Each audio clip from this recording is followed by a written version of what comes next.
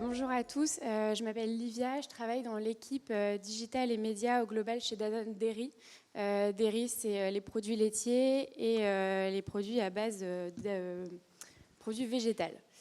Et ce dont on va vous parler aujourd'hui, c'est que dans cette équipe digital et médias, un de nos principaux challenges, c'est de trouver un peu nos audiences pour nos marques et de trouver les bons outils pour les identifier. Et en fait, ce dont on avait vraiment besoin, c'est comment on va comprendre les comportements de ces gens-là, leur lifestyle, plus en détail que juste aller dans le search et avoir des données qui sont beaucoup plus orientées purchase, ou alors aller sur nos sites et aller dans Google Analytics pour voir les intérêts qui remontent.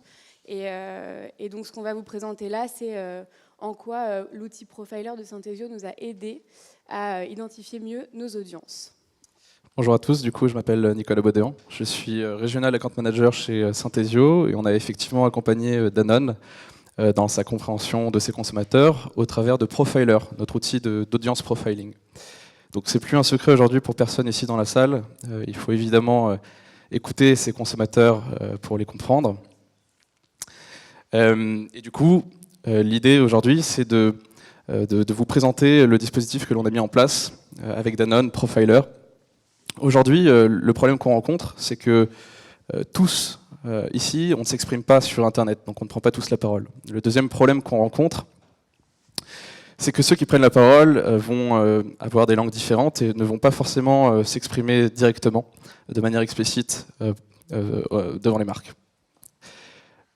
Fort heureusement, aujourd'hui, on peut considérer que 100% des gens ici dans la salle et 100% des internautes parlent une langue universelle qui est comprise par notre outil Profiler. Cette langue universelle que l'on parle tous, c'est la langue comportementale. Alors cette langue comportementale, concrètement, par qui elle est parlée? Aujourd'hui, en fait, par plus de 2 milliards d'individus. 2 milliards d'individus qui sont en fait répartis sur toute la planète et qui sont connectés à la galaxie Facebook. Alors dans cette galaxie Facebook, on peut considérer qu'il y a évidemment Facebook, WhatsApp, Messenger, Instagram, mais pas que. Il y a aussi l'ensemble des sites qui acceptent de partager de l'information à Facebook. Alors, population de Facebook totale en France, combien ça représente? En fait, 37 millions d'individus. Vous avez en face de vous le plus gros panel officiellement sur la zone française. Si on dézoome maintenant et qu'on arrive à la population qui nous intéresse aujourd'hui, donc les consommateurs de DCR Santé, on arrive à 1 800 000 individus. Ce sont 1 800 000 individus qui vont, au travers de leurs actes, au travers de leur comportement sur Internet, laisser des informations, donc de manière plus subtile que s'ils avaient pu prendre la parole sur Internet.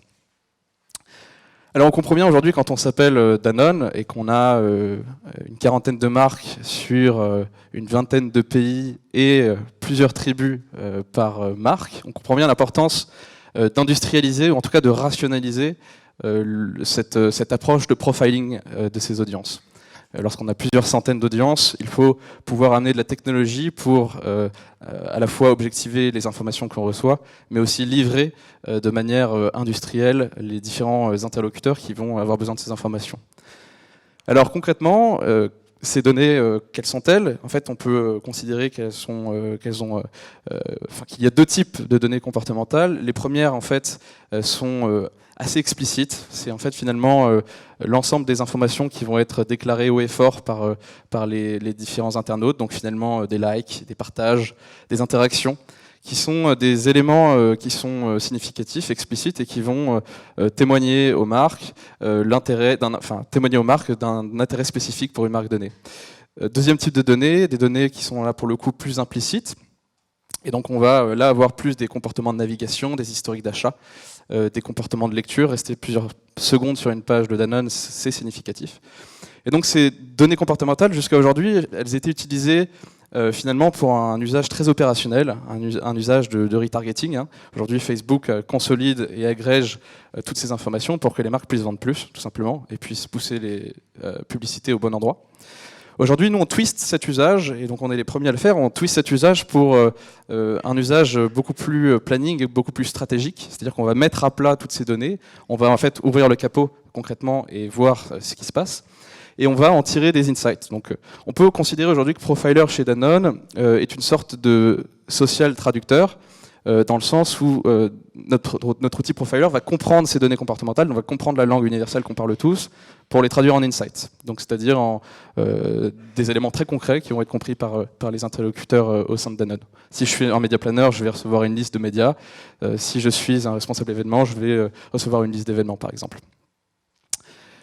Alors, 3 grandes fonctions de l'outil Profiler. La première, c'est de collecter, la deuxième de traiter et la troisième d'analyser. En termes de collecte, on a la possibilité en fait, d'avoir des données qui sont très fraîches, très récentes. On peut considérer que ce qui s'est passé les 80 derniers jours vont être pris en compte dans les données. Au niveau du traitement, comment ça se passe? Très concrètement, en fait, ce qu'on fait, c'est qu'on compare une population cible, donc les populations qui intéressent Danone, avec une population de référence, ici la population française. Ce qui nous permet, en fait, via des calculs de surreprésentation et de sous-représentation, de révéler des éléments saillants, des éléments significatifs pour Danone. La capacité de traitement, aujourd'hui, c'est 1 heure pour chaque étude, donc vous voyez qu'on est bien dans une notion d'industrialisation. Et troisièmement, en termes de livrables, vous allez voir qu'en termes d'analyse, Profiler ne se contente pas de comprendre cette langue universelle que l'on parle tous, mais Profiler va aussi faire l'effort de parler la langue de ses collaborateurs, en restituant une information qui est intelligible selon l'interlocuteur que l'on est. Donc, je le disais tout à l'heure, en fonction de la personne que l'on est, on s'attend à recevoir un livrable qui nous parle. Donc c'est l'objectif avec Profiler.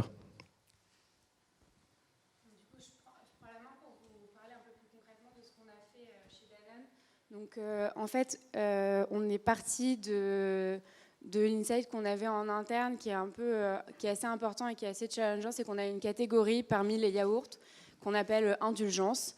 Et indulgence, en fait, c'est des desserts qui ne sont pas des desserts super sucrés, type des glaces ou super gras, mais qui ne sont pas non plus des desserts vraiment super sains. Et donc, on a du mal à les catégoriser, on ne sait pas trop comment les gens vont s'y intéresser, et en fait...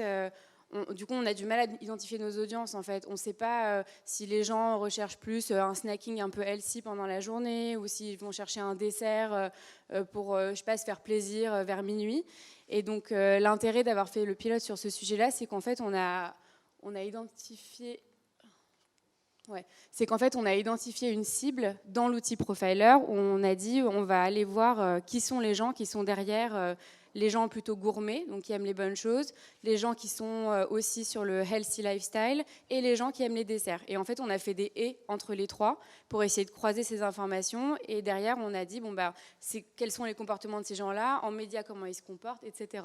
Et donc, sur le cas, on a eu 1,8 million de gens sur la France sur ces ciblages-là. Et on l'a comparé avec l'ensemble de la population française sur l'écosystème. Et ce qui était vachement bien dans l'outil aussi, c'est qu'en fait, on a des index.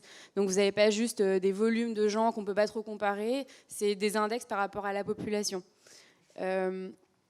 Et donc le premier avantage qu'on a eu quand même, c'est qu'on a pu vachement enrichir les données qu'on avait.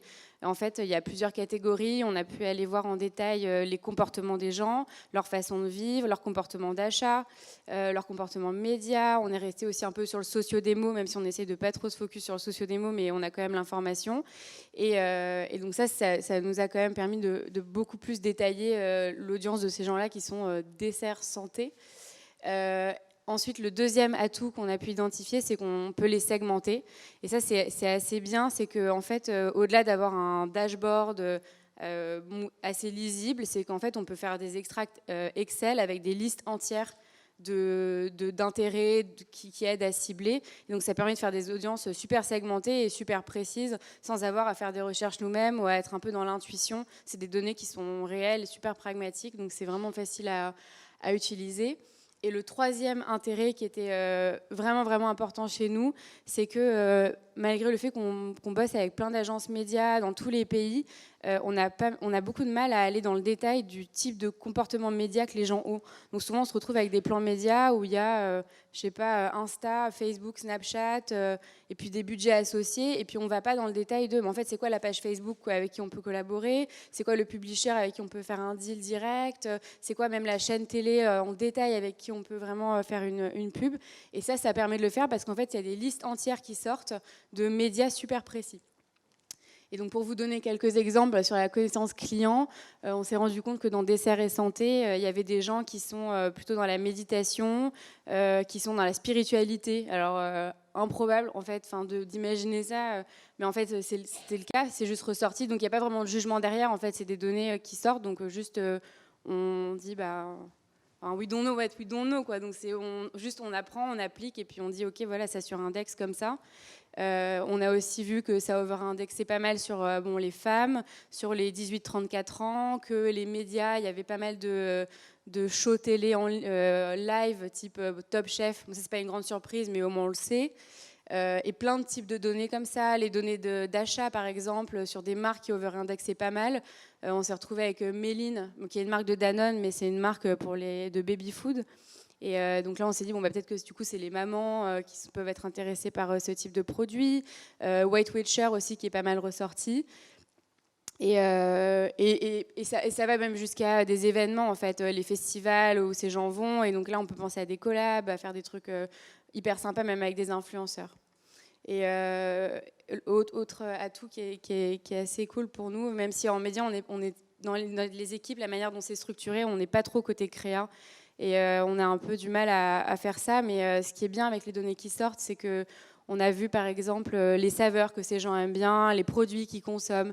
Donc la coconut est ressortie, la fraise, et en fait derrière, comment ça peut orienter la production du contenu, s'ils font du fitness, s'ils aiment le yoga, tout ça, ça aide la créa à avoir un peu plus d'insight. Et enfin, l'activation média, du coup j'en ai déjà parlé, mais ouais, des médias type Top Chef, qui sont des gros médias, mais après ça va dans le détail aussi sur la chaîne de radio que ces gens écoutent, sur les pages Facebook qui vont regarder plus que d'autres, sur les pages Insta, les influenceurs, le type de radio. Et donc ça, c'est super utile. Et en fait, depuis le global, là où c'est super utile pour nous dans l'équipe, c'est que derrière, si on veut faire des recommandations au pays, on évite d'être trop théorique, parce que souvent le problème qu'on a, c'est qu'on est super théorique en disant voilà, vous pouvez faire réseaux sociaux, comment vous allouez votre budget, un peu de télé, un peu de digital. Et là, en fait, on peut aller vachement plus dans le détail par pays en leur disant voilà, vos audiences dans votre pays, c'est comme ça qu'elles se comportent. Et et alors ça, c'est un autre truc dont on s'est rendu compte après, c'est qu'en fait, au-delà du média digital, qui est la cible principale, a priori, de ce type d'outils, c'est qu'en fait, on peut complètement élargir à d'autres équipes et à d'autres métiers. Quand on apprend le type de produits que ces gens consomment, les saveurs, leur goût, en fait, derrière, on peut aller vers la R&D qui peut penser à des produits, à des nouvelles saveurs à développer. On peut aller vers... principalement, c'est l'innovation auquel on a pensé, mais ça peut aller à plein d'autres métiers et ça enlève un peu les silos qu'on peut avoir dans des boîtes comme Danone où chaque équipe se parle pas trop. Et donc ça, c'est un truc qu'on aimerait bien développer maintenant, en fait, aller voir vers l'INO comment ça peut nous aider. Et enfin, avant de repasser la parole à Nicolas, un truc qui est hyper pratique, c'est que, en fait, quand on est spécifique, expert en médias, on sait lire des dashboards un peu relous, quoi, des Excel où il faut faire des formules et tout. Mais quand on doit s'adresser aux big boss de la boîte et qu'on doit leur parler de manière accessible et que ce soit vraiment straight to the point pour eux et que ce soit plus des conversations plus stratégiques, on ne peut pas trop arriver avec un Excel super moche. Et en fait, ce qui est cool là, c'est que le dashboard est vraiment très lisible. Et du coup, il suffit de... Tu comprends ce que je vis. Et donc, du coup, et en fait, le dashboard est super facile à lire. Donc, il suffit de le présenter et on peut facilement montrer les atouts. Et donc, voilà. Voilà. Du coup, merci parce que c'est vraiment un super pilote. Avec plaisir. Et pour ceux qui donc sont intéressés pour plus de pratique, on fait un workshop juste en bas, normalement, là dans les 10 minutes qui suivent. Donc n'hésitez pas à passer. Et pour conclure, effectivement, sur ce que disait Livia, Aujourd'hui, on se rend compte de l'importance des dispositifs qui comprennent à la fois des choses très complexes, et donc l'importance d'avoir des bases de données qui sont consolidées, mais aussi en sortie, d'avoir des outils qui sont capables de restituer une information que comprend tout le monde. Merci beaucoup et à bientôt. Merci. Merci beaucoup à vous deux pour vos retours d'expérience.